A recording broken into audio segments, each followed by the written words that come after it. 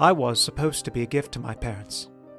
I was their firstborn, the one to carry on my father's name, my mother's stalwart knight in shining swaddling clothes. Imagine their shock when I had to be cut out of her. Ashen white skin instead of soft and pink, red eyes, the shifting color of a blacksmith's forge, ebony horns instead of silky hair, and a tail lashing around the midwife's arms. A tiefling. I'm told she dropped me and ran shrieking out of the room, screaming to anyone who would listen about a curse or some foul magic. The mob that returned with her only died down when my father forced them all away, sword in one hand, me in the other. He named me Raziel. If I close my eyes, I can picture him looking down at me, a faint grin across his face. Years passed, I grew, and the town's mistrust for me did as well. While cold and distant, I was still the child of one of their own, which afforded me some small measure of protection as I went about my days. To my parents, though, I was their son. My food was always warm, my needs never went unfulfilled. Tutors schooled me behind a closed door under the cover of night as to avoid any outside attention.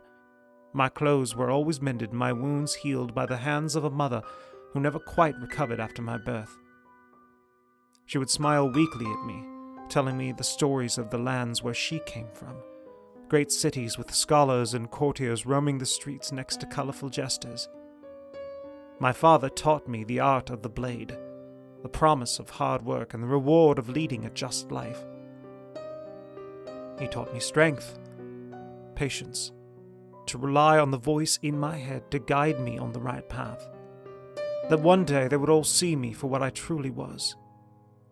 He believed in me, right up until the end. Everything that went wrong in the village was blamed on me, though. Calf stillborn, it was the Ashen Demon. Well dried up, Ashen Demon. Fire burned down Mordecai's barn, guess who was brought before the town's magistrate to explain. Each time they would yell and point their accusatory fingers, but nothing ever came of it. They can never prove that I was the one responsible for their misfortune. The glow on my parents' faces when my mother became with child once more brought joy to the house once again. I was even excited, hopeful to see another like me, that I wasn't a mistake, that I was not unique. Alas, the small girl that came effortlessly out was pink and perfect, with blonde hair and ice blue eyes. I wanted to hate her, but one look, and I swore to my parents that I would protect her with everything I had. Esmer, I tried. I really tried. I am so sorry.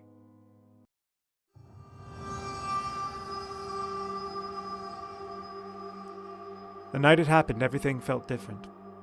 I was in my 16th year, rapidly approaching the point where I had to make my way in the world. As I walked back from the merchant's stalls, the looks the town gave me were more than hostile. The cold in the air seemed unnatural for this time of year. It was far too quiet. I didn't feel the first stone, but I felt the next half dozen. I could smell the oil slick on the torches. I could hear the crowd. I could almost taste their hatred. I ran as quick as my legs could take me back to the house. The sky seemed to grow darker each second. I heard the curses being hurled at me, the stones falling on the path behind me. I felt the sting of the crossbow bolt as it struck my arm.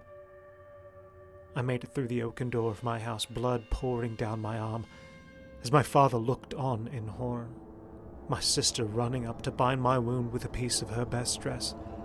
My mother had my father's sword in her trembling hands. My father took the heavy wood axe from by the door. I never stood a chance.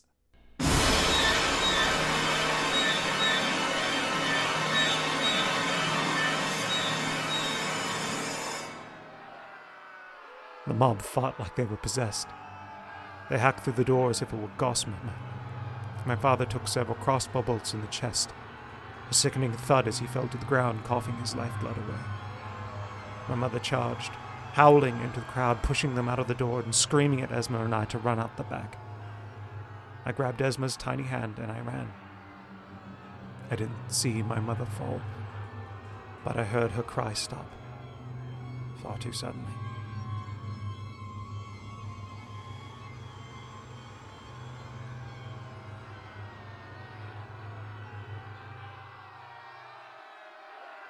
We made it only a few dozen feet before I noticed I was dragging a corpse. The bolt had caught Esma in the back of her head, the point breaching and breaking through one of those ice blue eyes. Her beautiful blonde hair stained a dark crimson in the moonlight. Her hand frozen in its death grip onto mine. When the mob came upon me, my screams were louder than theirs. I was yelling curses at them, pleading and begging for anyone to help me. Slowly they made their way closer and closer. No one had heard my pitiful cries for help.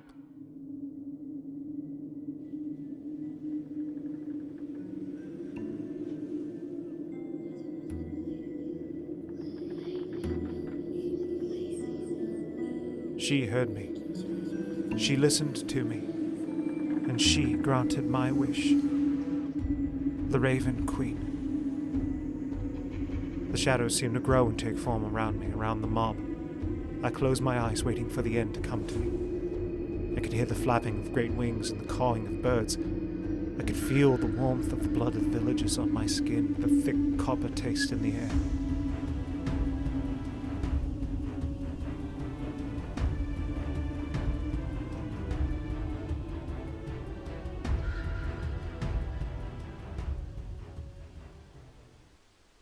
When I opened my eyes, I beheld the carnage surrounding me. Their ruined and shattered forms littered the ground before my feet, their dropped torches casting shadows on the shocked faces, frozen in fear, drawn in death. Every soul I had ever known, my entire life lay broken around me. They were gone, my family gone. I was alone.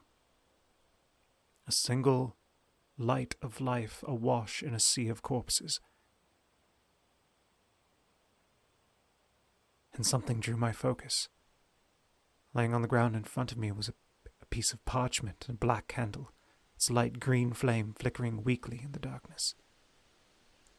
On the parchment rested a single raven's feathers quill, black and shimmering. 2 words were written on the parchment, simple and concise. Serve me. I took the quill and scrawled my name with trembling blood-covered hands. As soon as I had finished, the parchment was ripped away and held up to the flame of the candle by some unseen force. A small green flame leapt out and engulfed the parchment. It danced there in the air, hovering before me, its form twisting and shaping. The shadows surrounding it seemed to be drawn in. I could hear horrible screaming, echoes, memories, or my own, I could not tell. It all seemed to be pulled into the swirling mass of darkness and green fire growing before me. I fell to the ground, grabbing at my throbbing head, questioning if my mind or if my soul was going to break first. The last thing I saw before I lost consciousness was the moon, pale white as my own skin, and the single shadow of a great raven floating in the dark purple night sky in front of it.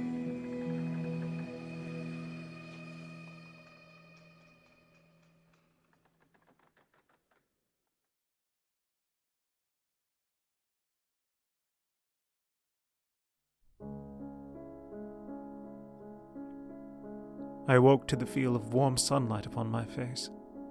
I opened my eyes and stood up. The evidence of the horror of last night was still there, but that isn't what drew my attention.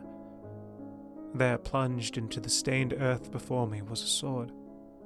Its blade, the length of my arm, seemed to be solid and yet not, like frozen shadow made in the solid steel, a slight green flame running along its near-perfect razor's edge. A single raven's feather was tied to the hilt. I grabbed the leather-bound handle, and it seemed perfect as to fit my hand, as if it were built for me. I raised it out of the ground, and as soon as it was clear, it vanished into shadow and smoke. It was gone, but I knew where it was.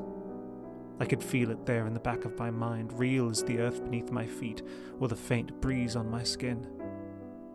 I knew I could call on it when it was needed, and it would be needed. But there was something I needed to do before I set out into the world. The townspeople could rot as far as I was concerned. Leave them to the scavengers and the carrion birds. I lifted Esma's broken body in my arms, lighter than I remembered it.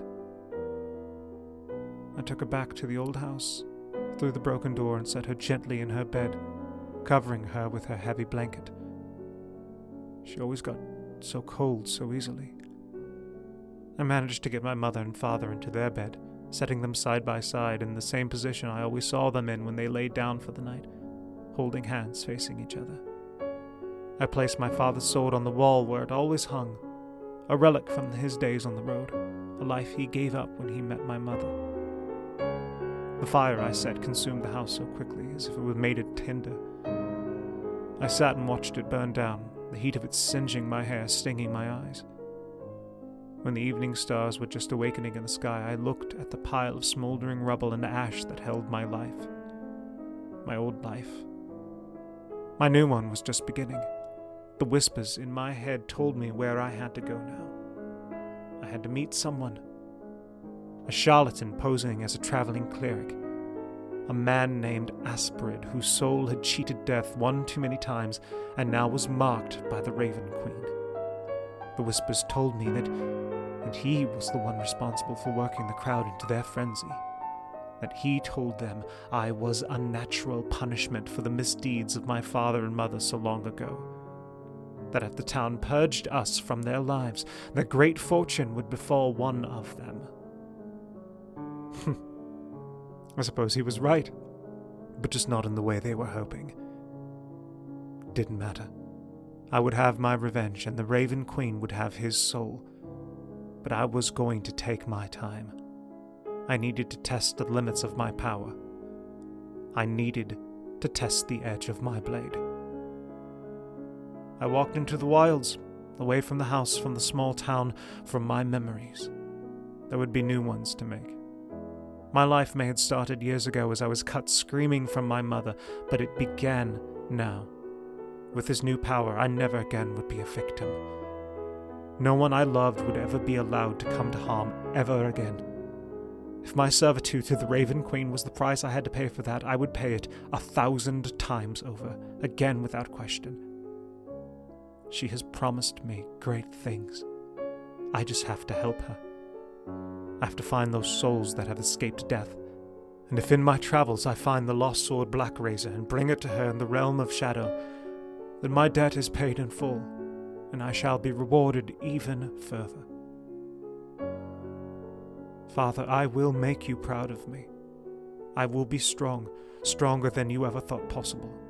I will listen to the voice in my head as it guides me on this path. The world will see me for who I am going to be.